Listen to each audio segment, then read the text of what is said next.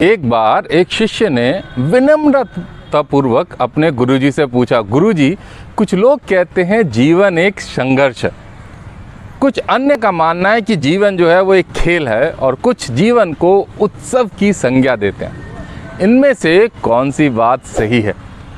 गुरुजी ने तत्काल बड़े ही धैर्यपूर्वक उत्तर दिया, पुत्र, जिन्हें गुरु नहीं मिला उनके लिए जीवन एक संघर्ष है, जिन्होंने गुरु मिल गया उसका जीवन एक खेल है, और जो लोग गुरु द्वारा बताए गए मार्ग पर चलने लगे मात्र वे ही जीवन को एक उत्सव का नाम देने का साहस जुटा पाते हैं।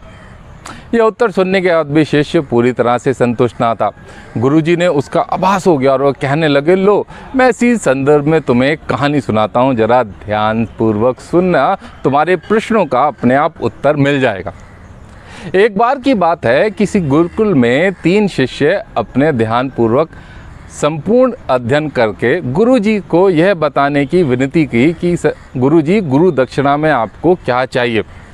गुरुजी पहले तो मंद मंद मुस्कुराए, फिर बड़े स्नेहपूर्वक कहने लगे, मुझे तुमसे गुरु दक्षिणा में एक थैला भर के सूखी पत्तियां चाहिए, ला सकोगे? वे तीनों मन ही मन बहुत प्रसन्न हुए, क्योंकि उन्हें लगा बड़ी आसानी से अपने गुरुजी की इच्छा पूरी कर देंगे। सूखी पत्तियां तो जंगल में हर तरफ मिल जाती हैं। वे उत्साहपूर्वक एक स्वर में बोले, जी गुरुजी, जैसी आपकी आज्ञा। अब तीनों शिष्य चलते चलते एक समीप जंगल पहुँचे, लेकिन वहाँ देखकर सूखी पत्तियाँ सिर्फ एक मुट्ठी भर थी। वे बहुत आश्चर्य हुए। वो सोच में पड़ गए कि आखिर जंगल से सूखी पत्तियाँ कौन उठा ले गया होगा। इतने में ही दूर से आता हुआ एक किसान दिखाई दिया। वे उसके पास जाकर बोले, विनम्रतापूर्वक याचना की, वह केवल एक थैला भर के सूखी पत्तियाँ चाहिए।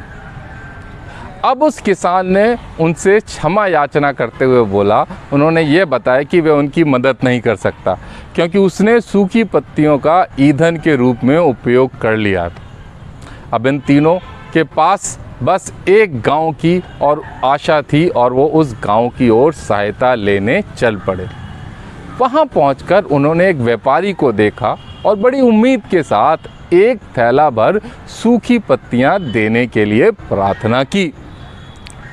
पर उन्हें फिर एक बार निराशा हाथ लगी, क्योंकि उस व्यापारी ने कुछ पैसा कमाने के लिए सूखी पत्तियों से दोने बनाकर बेच दिए थे। लेकिन उस व्यापारी की उदारता देखिए, उन्होंने एक बूढ़ी माँ का पता बताया जो सूखी पत्तियां एकत्र करती थीं।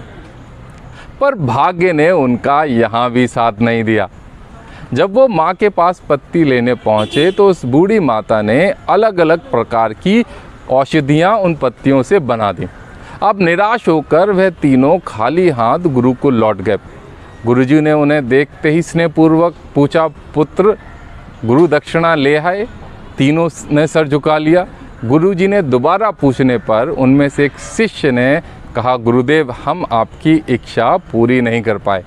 हमने सोचा था सूखी पत्तियां तो जंगल में सब जगह बिखरी मिल जाती हैं, लेकिन बड़े ही आश्चर्य की बात है कि लोग उनका भी उपयोग कर लेते हैं। गुरुजी फिर पहले की तरह मुस्कुराए और प्रेम पूर्वक बोले, निराश क्यों होते हो, प्रसन्न हो जाओ।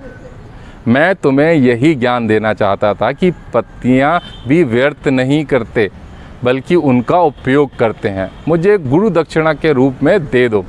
तीनों गुरुजी ने प्रणाम करके खुशी खुशी अपने घर चले गए। वह शिष्य जो गुरुजी की कहानी एकाग्रचित्त होकर सुन रहा था, अचानक बड़े उत्साह से बोला, गुरुजी, मुझे अच्छी तरह से ज्ञात हो गया है आप क्या कहना चाहते हैं। आपका संकेत वस्तुत इस तरफ की ओर है कि सर्वत्र सुलभ सूखी पत्तियां भी निरर्थक या बेकार नहीं होती हैं। तो फिर हम कैसे किसी भी वस्तु या व्यक्ति को छोटा या महत्वहीन मानकर उसका तिरस्कार कर देते हैं। चींटी से लेकर हाथी तक और सुई से लेकर तलवार तक सभी का अपनी अपनी जगह महत्व होता है। गुरुजी ने तुरंत ही बोले, हाँ पुत्र, मेरे कहने का भी यही तात्पर्य था। हम जब भी किसी से मिलें तो उसके मन को भ्रष्ट प्रयास करें, ताकि आपस में स्नेह, सद्भावना, सहानुभूति का विस्तार हो और हम जीवन संघर्ष के बजाय उत्सव बना के जिएं। यदि जीवन को एक खेल ही मानते हैं तो बेहतर तरीके से खेलें, निस्वार्थ भाव, स्वास्थ्य प्रतियोगिता में भाग लें और अपने जीवन को निर्माण ऊंचाइयों के शिखर पर ले जाएं। अब पूरी तरह से शिष्य संतुष्ट हो गया था। अतः मैं आपसे यही कहना चाहता हूँ, यदि हम मन, वचन, कर्म इन तीनों ही स्तर पर इस कहानी का मूल्यांकन करें तो भी कहानी खरी ही उतरेगी। सबके प्रति पूर्वग्रह से मुक्त होने वाला व्यक्ति अपने वचनों से कभी भी किसी को आहत करने का दुस्साहस नहीं कर सकता। उसकी इस ऊर्जा पुरुषार्थ का मार्ग ही बाधाओं को हर लेती है। हमारे जीवन का एक बड़ा उत्सव पुरुषार्थ ही होता है, ऐसा विद्वान मानते हैं। अगर आपको यह कहानी अच्छी लगी हो तो एक लाइक ज़रूर करें और अच्छी नहीं लगी तो डिसलाइक कर दें, परंतु याद रखें हमारे चैनल दक्ष को सब्सक्राइब ज़रूर करें। हम यहाँ पर मोटिवेशनल और इंस्पिरेशनल कहानियाँ लेके आते हैं जो आपके जीवन को प्रेरणा देगी और आगे बढ़ने की सीख देगी। इस वीडियो को अपने दोस्तों के साथ, परिवार और कुलीग के साथ ज़्यादा से ज़्यादा शेयर करें। हम आशा करते हैं आप स्वस्थ रहें, मस्त रहें और याद रखें, शेयरिंग इज़ केयरिंग।